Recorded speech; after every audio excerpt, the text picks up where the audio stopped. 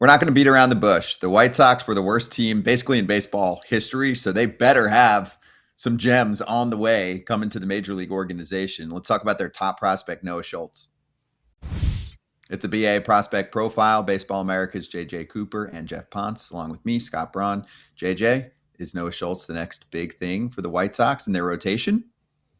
He better be, because obviously, like you said, they need a lot of help, but they do have a very nice 1-2 pairing here with Schultz and Hagen Smith, their number one pick last year. And Schultz really does have a chance to be special. It's he. You don't want to go overboard here because he's a young pitcher. We want to see if he can be durable. We want to see if he can hold up. But then when you watch him pitch, you just over and over, it's like this is a guy who's as good as promising as any pitching prospect in baseball right now. You know, he's not our number one pitching prospect, but he's right in that group. And if you said, well, if you think he's so great, why is he not number one? We just want to see him throw 5 innings. The White Sox have been very conservative. He's very young, so they've been conservative on his workload. But because of that, he's never faced 20 batters in a pro game. He's never thrown 5 innings in a pro game. But when you watch him pitch, you can't help but think about Randy Johnson. And that's because you have this 6'9" lefty. The ball comes out of a little bit of a weird slot, makes it hard for hitters to pick it up. And you hesitate to throw that on a guy because I'm not saying that Noah Schultz is going to be a Hall of Famer. But when you talk to evaluators, when you talk to scouts who watch him, that's the guy who keeps being brought up because there just aren't a lot of pitchers on the planet who have ever kind of looked like this. And the one who looks like this is a little taller. Noah Schultz is 6'9", not 6'11". But that fastball, that breaking ball, you just can't help but think of the big unit when you watch him pitch. Geoff, like, am I going overboard there? Or, again, not saying he's going to be that, but that's the kind of the memories that he evokes. Yeah, I think when you just look at the player and just sort of what the archetype is, like what this low slot left-hander with a humongous body, and humongous stuff and a big slider can potentially become, kind of naturally you just go to somebody like Randy Johnson. But I think when you dig in, under the hood, you look at the numbers, it's a sinker that sits 95, 96, 97 miles an hour, will touch 99 to 100 with true sink and heavy arm side run, kind of just see how, the ball comes out of the hand, it explodes. He's really deceptive. He hides the ball really well. And as you mentioned, it's a funky arm slot that kind of plays up the horizontal movement on both the sinker and on that slider, which is really like his go-to pitch. I think, the pitch that when you talk about Noah Schultz, the conversation, yeah, he throws really hard, he's big, but the conversation starts with that plus slider. It's a huge sweeper, plays really well off of the arm side movement on that two-seam fastball. It's a drop down of like 12 to 13, 14 miles per hour in terms of velocity, but still gets a good amount of movement for the amount of velocity it does generate on that pitch. And then he's got a changeup as well, which is less ballyhooed than the fastball and the slider, but it's still a really good pitch. Has good vertical and good velocity separation off of the fastball. Also runs a ton, like 16 to 17 inches on average, which once again, when you're playing that off of that, two-seamer at 95, 96, 97, sometimes 99 miles an hour with all that arm side run, and you're looking at a pitch in the mid 80s to high 80s with that sort of arm side movement, and then a slider that moves the opposite direction. He works in a cutter as well. It's a really interesting pitch mix and a big body and very projectable. Once he adds innings and sort of figures out how to get deep into starts and be more efficient with his pitches, I think the sky's the limit with Schultz and probably has as much upside as any arm that's on the top 100 right now. I'm now going to just point out something where he actually is better than Randy Johnson. At this point in Randy Johnson's career coming out of Southern Cal, Randy Johnson was as wild as anyone you were ever going to see. This was a guy who was walking 7 per 9. This is a guy who really you just didn't know where the ball was going to go. Noah Schultz already throws strikes. He's basically got a above average walk rate, above average control at a very young age. Now, again, we'll put that caveat in. He hasn't shown that he can do that for 5-6 innings because he hasn't really got that opportunity. But he throws strikes already, which often is kind of that last to-do list item for these really long limb, these really tall pitchers. Understandably, it's like it just takes longer to get everything under control. Noah Schultz has everything under control at a very young age. You kind of put that all together. It's really hard not to get excited about him. again, just hoping that he could just keep it going, keep it healthy.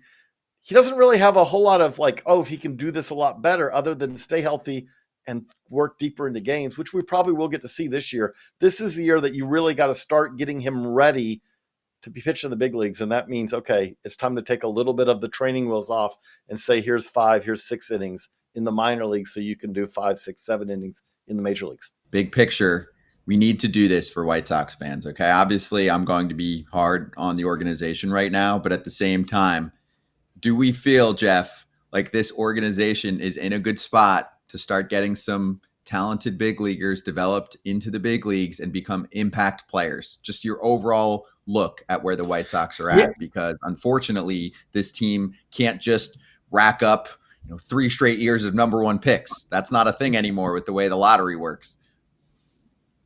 Yeah, I think, certainly the trade with the Red Sox helped to do that a little bit. Adding players like Kyle Teal to the top of that system. They already have some young catching depth with like Edgar Cuero, and then of course Corey Lee at the major league level. But I think adding Teal into that mix is a huge upgrade, especially from both sides of the ball, where like we don't have as much question with Cuero maybe offensively.